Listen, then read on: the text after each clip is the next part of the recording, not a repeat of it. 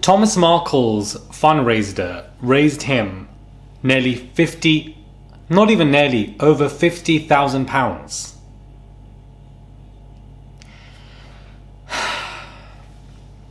Oh, Lord. Guys, we've got another Royal Jumbo video. A lot of things are going on. It just seems like things just don't rest. Hey guys, it's Markle. Hopefully you guys are all doing well today. Back at again with another video. If you have not subscribed, click that button. It is daily and consistent content. Comment down below. Please do subscribe. Send a super thanks if you guys wish to. And let's get into this. So, a fundraiser marking the 80th birthday of the rejected and abandoned Thomas Markle has raised over £53,000. Created by Lady Colin Campbell, the GoFundMe is designed to show the Duchess of Sussex father that there are still people in the world with good hearts, good values and good intentions. But it seems he wasn't a good father. Mr. Markle said ahead of his milestone birthday that all he wanted was for his daughter Meghan to get in touch and to finally meet his grandchildren. Well, if he wouldn't go and do interviews 24/7 and exploit his daughter and grandchildren, then, you know, I'm sure she wouldn't have an issue. Meghan fell out with her father on the time of her 2018 wedding to Prince Harry over a staged paparazzi photo shoot, as we all know. And so for the fact that £53,000 were raised when we've got homelessness at a disastrous rate in this country, but you're raising that significant amount of money for a man who, in my opinion, does not deserve that money in any capacity, doesn't make any sense to me. He's continuously exploited his daughter. I don't know why this would happen. I don't know why he would do this. I don't know why people would do this. Like, in the UK, people have that much. They dislike Meghan Markle so much that they want to spend $53,000 of their own money towards somebody that they do not know, who's been continuously doing public interviews, exploiting. If it's not Samantha with these, you know, defamation lawsuits that get thrown out the courts every single second, you then have Thomas Markle, who's running to Daily Mail, running to ITV and everywhere else and doing these interviews without Meghan Markle's permission. I just truly don't understand. Some bad news, guys, for Kate Middleton. It looks like Kate will reportedly now not take her 3 children on holiday to a small island off the coast of Cornwall this summer. It's been announced today. The Princess of Wales was diagnosed with cancer, as we know, and has only made 2 public appearances. Kate, William and the children have spent time on the island of Tresco over the last few summers. However, according to the Daily Beast, the family is now not expected to make the trip this year due to Kate's health at a bad state as she continues to recover. Kate also is set to miss the Olympics as a sporting competition draws to a close. She expresses strong interest in sports such as tennis and attended the London 2012 Olympics alongside Prince William. However, the Princess of Wales is unlikely to make the trip to Paris to support Team GB in person during the final days of the competition and is awaiting medical advice from her doctors. So 2 negative updates for Kate today: that she won't be attending the Olympics, nor will she be taking her children to Cornwall for a holiday location. But she's going to Balmoral, so why isn't she going to Cornwall? I don't understand. How can your medical doctors give you the advice to go to Balmoral, but then suddenly be like, wait, you can't go to Cornwall? This is why something doesn't add up about this whole scenario. Majority of people have lost interest in this conversation, and I think that these constant stipulations of where one can go and when one can't go, to me, is because there are some kind of divorce proceedings or tension going on between her and William that still has not been resolved. That is what I think that this comes down to when we think of the bottom of it, because I don't understand why selectively she's attending places and selectively you can't. If your doctors are giving you permission to travel as far as to Balmoral, then you are physically okay for you now to go to Cornwall or for you to go to the Olympics. But it looks like things are strategically been done, and I would like to know why. Is this cancer narrative a fable? Is it real? Are there divorce proceedings?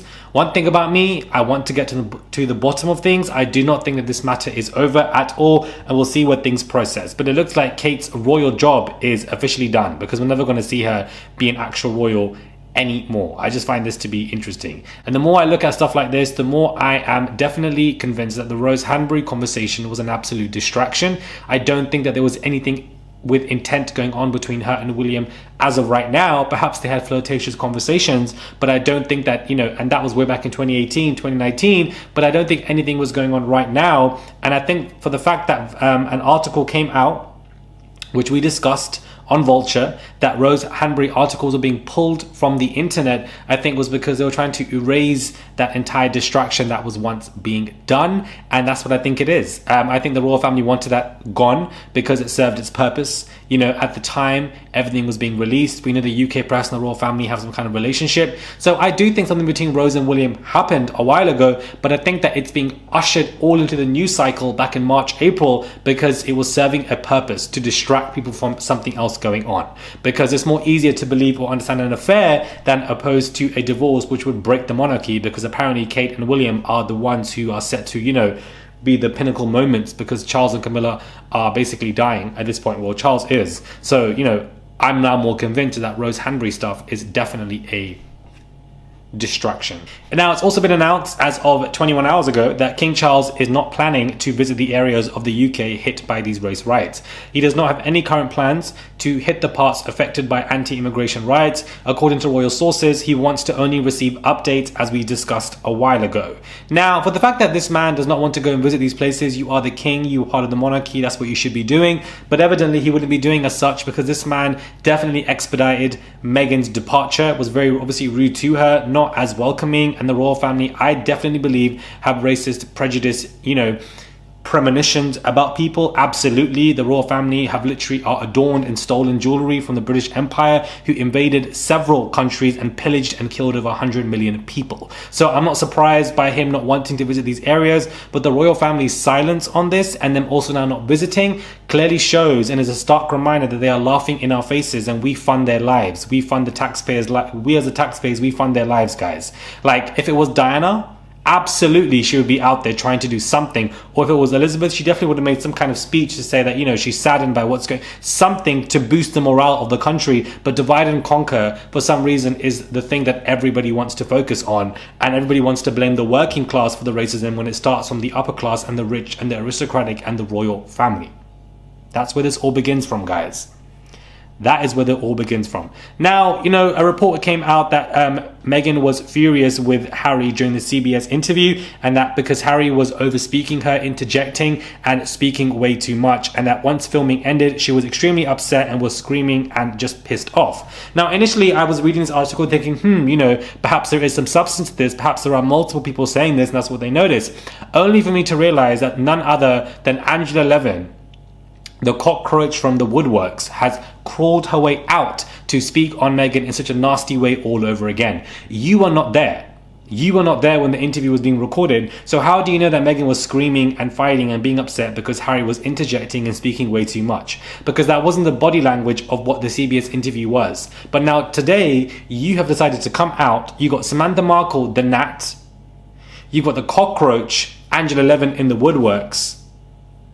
And then you got Thomas Markle, the pig in the farm, all three of them coming out today and yesterday, causing a ruckus for Meghan in ways that I just feel like is ridiculous. He's gained £53,000. Samantha's back in the lawsuits, wasting money again. And you got Angela Levin spreading her lies, which don't make any sense. She was also the same person who said that Kate Middleton gave a kidney, and that's why she was in this position.